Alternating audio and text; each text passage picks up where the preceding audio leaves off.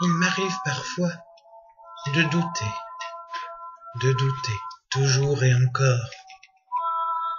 Je vis dans ce monde sans réellement savoir pourquoi.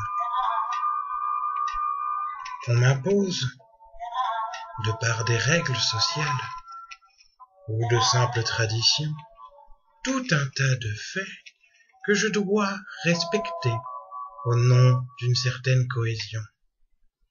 Mais où me situe-t-on par rapport à cet ensemble? N'ai-je pas le droit à une certaine individualité? N'ai-je pas le droit à la liberté complète et totale, la pleine disposition de l'ensemble de mes capacités, à me développer comme je l'entends? Je ne saurais répondre à cette question, mais il y a cependant une multitude de choses que je déplore. Un travail, une maison, une famille, une belle voiture, de beaux bijoux, des beaux habits. Tous ces éléments qui répondent, en quelque sorte, à une valorisation sociale. Seulement je les déplore au plus haut point, je n'en ai que faire.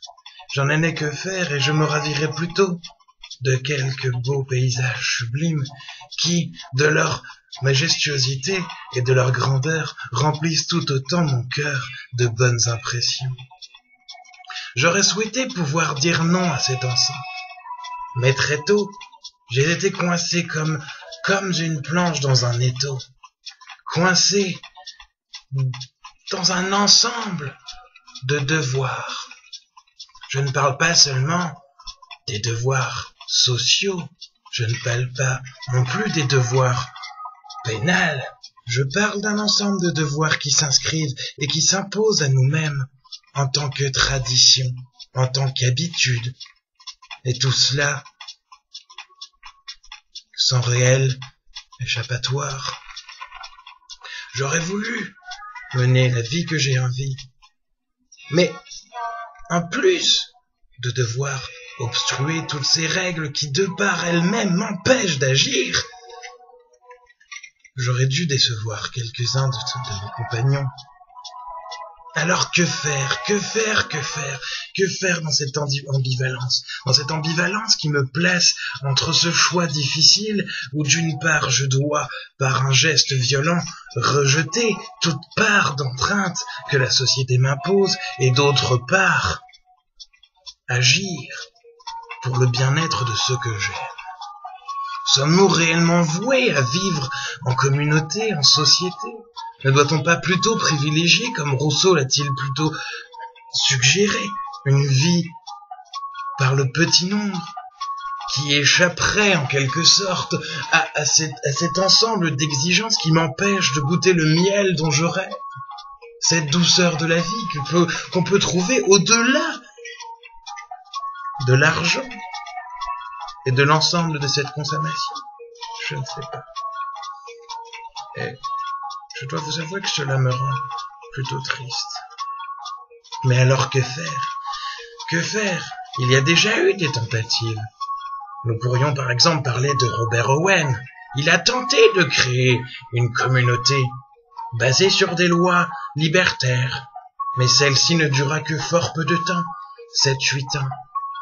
Sans idéal absolu, sans valeur, sans suprématie d'une entité supérieure qui régulerait cette vie communautaire.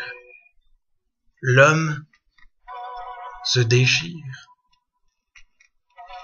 Mais si, en privilégiant cette petite vie, cette vie en communauté, cette vie avec des individus en sous-nombre, si l'homme dans cette situation se retrouve dans l'impossibilité de trouver une stabilité, n'y a-t-il pas au fond quelque chose de problématique, quelque chose qui voudrait que l'homme ne soit pas un être social?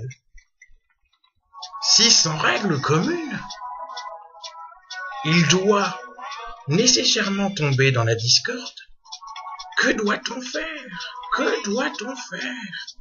C'est la question que de tout temps je me pose. On nous impose cette vie pour un idéal supérieur de bien commun.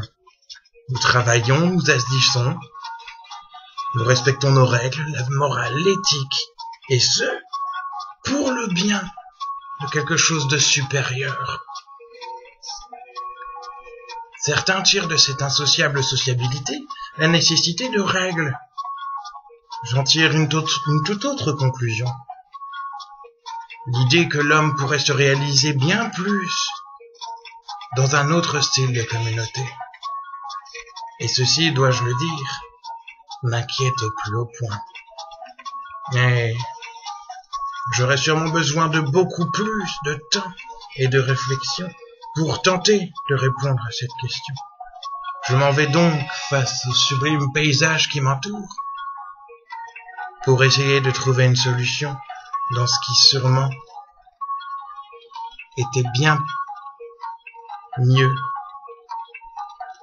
que nous. Au revoir.